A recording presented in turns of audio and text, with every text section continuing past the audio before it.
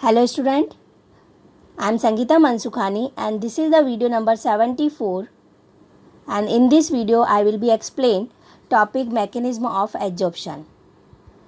In the last video I already explained what is the difference between absorption and adsorption. So here today we discuss about mechanism of adsorption.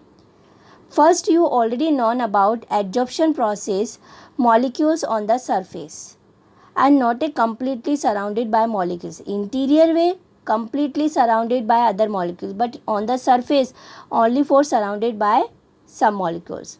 So adsorption arises due to the fact that the surface particles of the adsorbent are not in the same environment as the particles inside the bulk. Second, inside the adsorbent, all the forces acting between the particles are mutually balanced because only for selected by surrounded by some molecules.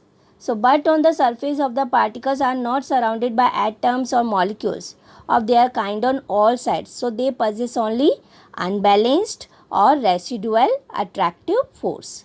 And these forces of the adsorbent are responsible for attracting the adsorbate particles on its surface. So, unbalanced and residual forces covered. At a given temperature and pressure, surface area per unit mass of the adsorbent increase. So, adsorption increase, like you see. This is the adsorbate and covered this part of the adsorbent. So, this part per unit mass of the adsorbent, surface area per unit mass of the adsorbent increase, so adsorption also increase. So it is the first factor. Second, another important factor, adsorption is invariably an exothermic process. That is means exothermic process, that is means those process in which heat is evolved. So known as exothermic process. So adsorption considered as a exothermic process, and during adsorption there is always a decrease in residual forces of the surface. So decrease in the surface energy, so that is means which appears as the heat. So adsorption during always decrease in the residual force of the surface and decrease in the surface energy. Then delta H of the adsorption is always negative. So negative, that is means whenever gas is adsorbed and because enthalpy exothermic process, so delta H adsorption is always negative, and whenever gas adsorbed, so freedom of the molecule of its molecule become restricted, and this amount to decrease the entropy of the gas, so that is mean delta is also negative. So adsorption is so accompanied by decrease in the enthalpy and as well as decrease in the entropy. That is means in the system enthalpy and entropy both are decrease. And then for spontaneous process, that is means self process, thermodynamic requirement is that constant temperature and pressure delta G must be negative. So there is decrease in the Gibbs energy. On the basis of the equation like C, delta G is equal to delta H minus T delta S. So we enthalpy and entropy both decrease, negative value. So we put the value delta H negative and delta S also negative. So delta H minus T delta S minus T delta S. So minus plus. So equation obtained delta G is equal to minus delta H is plus T delta S. And therefore is an adsorption process which is spontaneous, a combination of two factors makes delta G minus negative. That is means two factors, enthalpy and entropy. Whenever on given temperature and pressure both are negative, so delta G is equal to negative. And so proceed, delta H becomes less whenever it is less and less negative. So it is becomes equal to the T delta S. So this delta G value obtained becomes 0. So at this state equilibrium attained. Okay. So this is the main points of the mechanism of adsorption, and today also I explain adsorption by one video.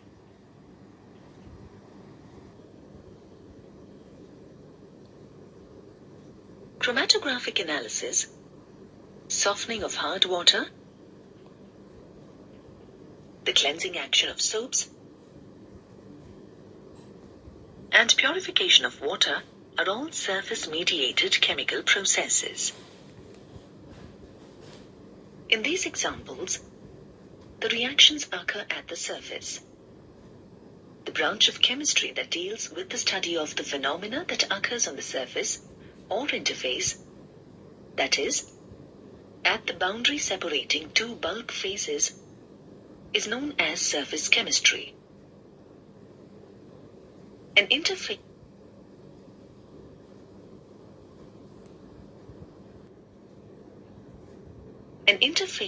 is a surface that forms a common boundary between two different phases, such as an insoluble solid and a liquid, two immiscible liquids, or a liquid and an insoluble gas. The two bulk phases refer to the pure compounds or solutions involved in the reaction. The interface is represented by putting a hyphen or slash between the two bulk phases involved. For example, solid-liquid or solid/liquid. Surface chemistry is an important branch of chemistry as a number of phenomena like dissolution, crystallization, corrosion, heterogeneous catalysis, and electrode processes occur at an interface. Let us consider two molecules, one present in the bulk and the other on the surface of the liquid phase. The situation for the molecule on the surface of the liquid is different from the one in the bulk of the liquid. The molecule in the bulk experiences a balanced force of attraction from all directions.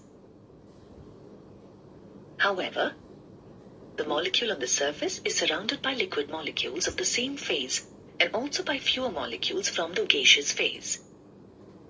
As a result, the molecule lying at the surface experiences an unbalanced force or some net inward force of attraction. Similar inward forces of attraction exist at the surface of solids.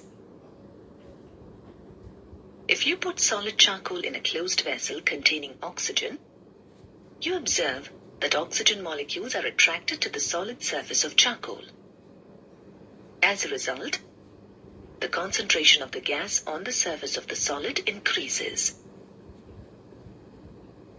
The same reaction occurs if a liquid put into a closed vessel containing gas.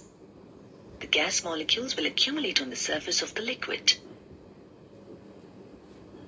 This phenomenon of attracting and retaining the molecules of a substance on the surface of a solid or liquid, resulting in a higher concentration of the molecules on the surface, is known as adsorption. The substance on the surface of which adsorption takes place is called the adsorbent, while the substance thus adsorbed is called the adsorbate. In the example that we just saw, the molecules of oxygen are the adsorbate, while the solid charcoal is the adsorbent. The reverse process, that is, the removal of the adsorbed substance from the surface, is called desorption. It can be brought about by heating or by reducing the pressure.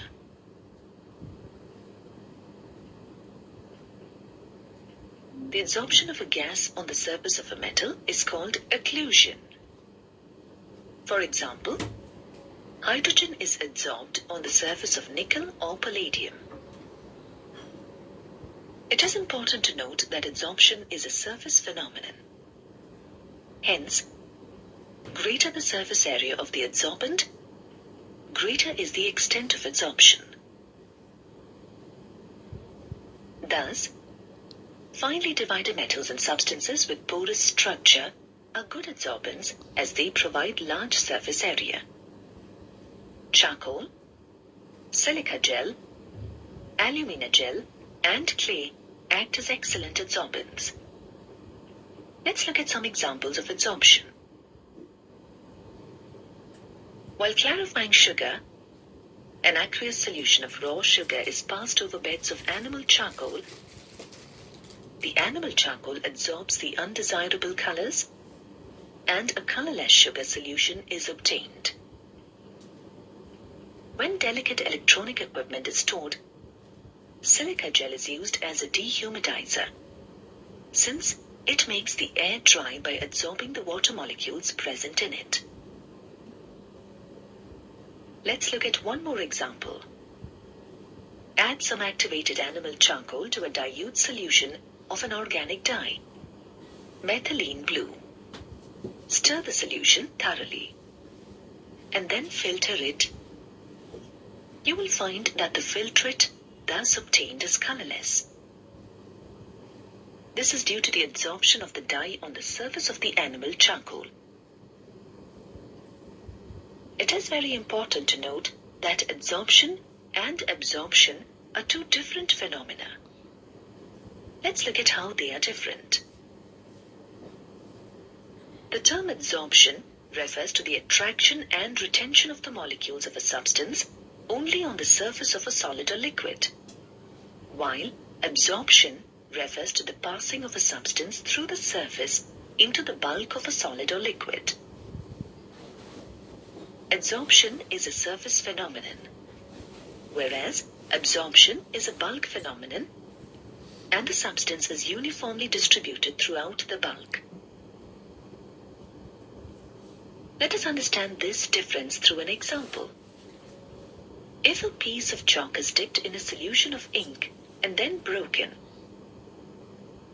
it is found that the actual pigment, the ink, is present only on the surface of the chalk and has not moved into the bulk of the solid. However, the solvent in which the pigment was present has uniformly passed into the bulk of the solid. Thus, the color component of the ink has undergone adsorption, while the solvent has been absorbed by the chalk.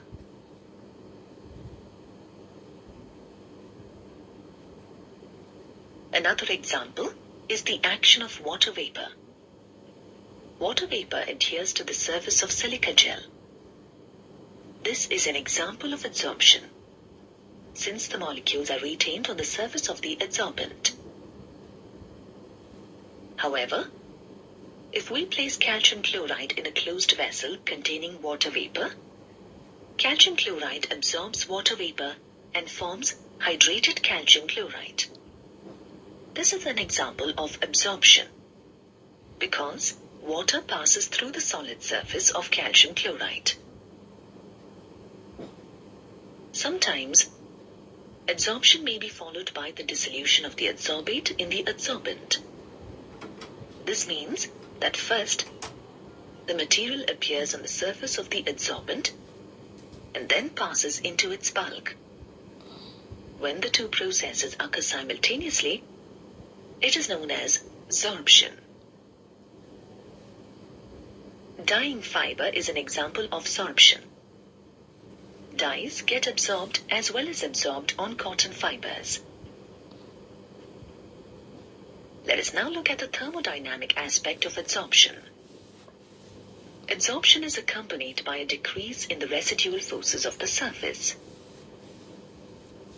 This implies that some energy is released when the molecules of the adsorbate get attracted to the surface of the adsorbent. That is, the change in enthalpy, delta H, is negative for the process. Also, the degree of freedom of the adsorbate decreases upon adsorption, which means that the change in entropy, delta S, is also negative for the process. We know that for any thermodynamic process to be spontaneous, the Gibbs free energy change, delta G, must be negative. The Gibbs equation is delta G is equal to delta H minus T delta S. So, delta G can be negative if delta H is sufficiently negative, since minus T delta S is positive for the process of adsorption. When delta H becomes equal to T delta S, or when delta G becomes 0, the adsorbate and the surface reach a state of dynamic equilibrium.